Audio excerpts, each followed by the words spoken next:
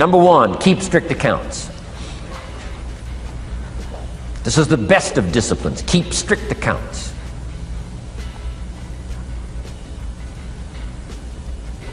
Did you ever hear this expression? I don't know where it all goes. Did you ever hear that? I don't know where it all goes. Oh, we'd love to have you run our company. You don't know where it all goes. Whoa. Did you ever hear this? It just gets away from me. It just gets away from me. Oh, we'd love to turn the world over you. It just gets away from you. Come on, you got to have better disciplines than that. Let that be the 90%. Let that be the scenario of the 97%, but don't let it be your scenario. Don't let it become your philosophy. Keep strict accounts. Next, a new attitude.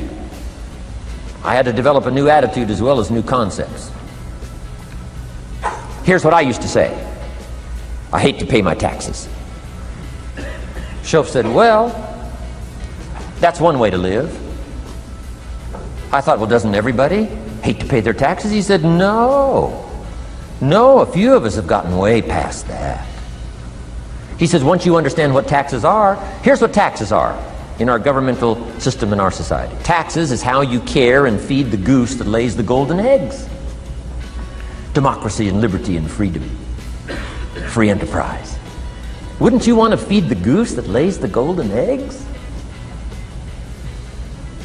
Somebody says, well, the goose eats too much. That's probably true. I understand that. Of course that's true. But see, better a fat goose than no goose.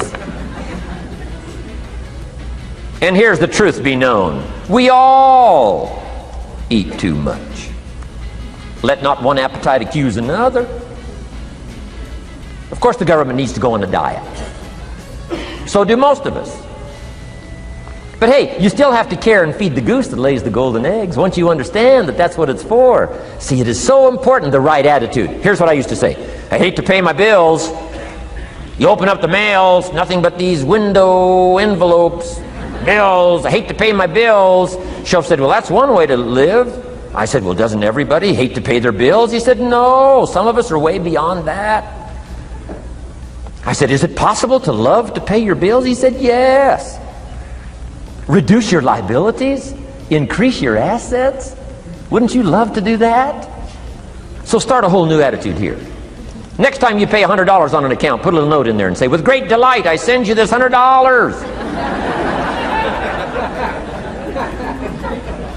I mean, they don't get many letters like that.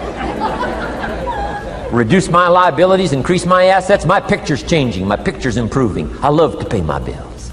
Keep the money in circulation. Pay my taxes. Feed the goose that lays the golden eggs. It's a matter of attitude. And here's the last on attitude. Everybody must pay.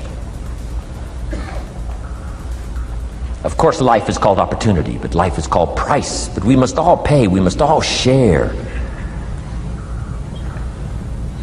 One of the classic stories of all time from ancient Bible script says, Jesus one day and his disciples were standing by the church treasury, synagogue treasury, watching people as they came by and put their offering in the treasury.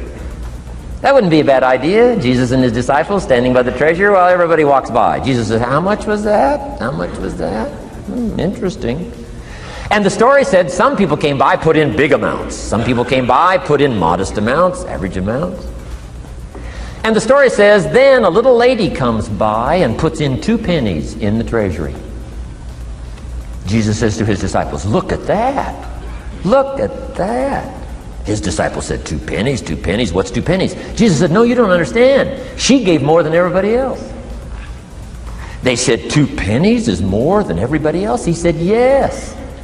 Because I'm certain that her 2 pennies represented most of what she had. And if you give most of what you have, then you've given the most. Wow. What a lesson to learn. It's not the amount. It's what it represents of your life that counts. Now let me give you the wisdom of the scenario that did not occur. And this is the greatest of wisdom. And in my own particular particular peculiar brilliance, I have the ability to record for you what was not recorded in the scenario of the story. Here's what did not occur, which may teach us one of the greatest of the wise things that was taught in this scenario. Here's what did not occur in the scenario. Jesus did not reach into the treasury and get this little lady's 2 pennies and run after her and say, "Here, little lady, my disciples and I have decided that you're so pitiful and you're so poor that we've decided to give you back your 2 pennies. I'm telling you, that did not occur. If it would have occurred, she would have been what? Insulted. She would have rightfully said, "I know my 2 pennies aren't much, but it represented most of what I had. And would you insult me by not letting me contribute what I wanted to contribute, even if it's only 2 pennies? I'm telling you, that did not occur." Here's part of the wisdom of the story that was not recorded. Jesus left her pennies in the treasury, meaning everybody has to pay, even if it's only pennies. That's the key. And whether you start with pennies, or whether you start with dollars, or whether you start with nothing, remember, part of the scenario is to spend, of course. Part of the scenario is to invest, and part of the scenario is to show a profit, and part of the scenario is to help take care of people who can't take care of themselves. If you'll set up your own philosophy, I'm not asking you to buy my philosophy. I'm not asking you to adopt my numbers. I'm only wanting to provoke you to think, for you to come up with a splendid economic philosophy that's got you up early and got you up late, has got you thinking and pondering ways to use your resources and turn it into the dreams you want for the future. And that's my little story on financial independence.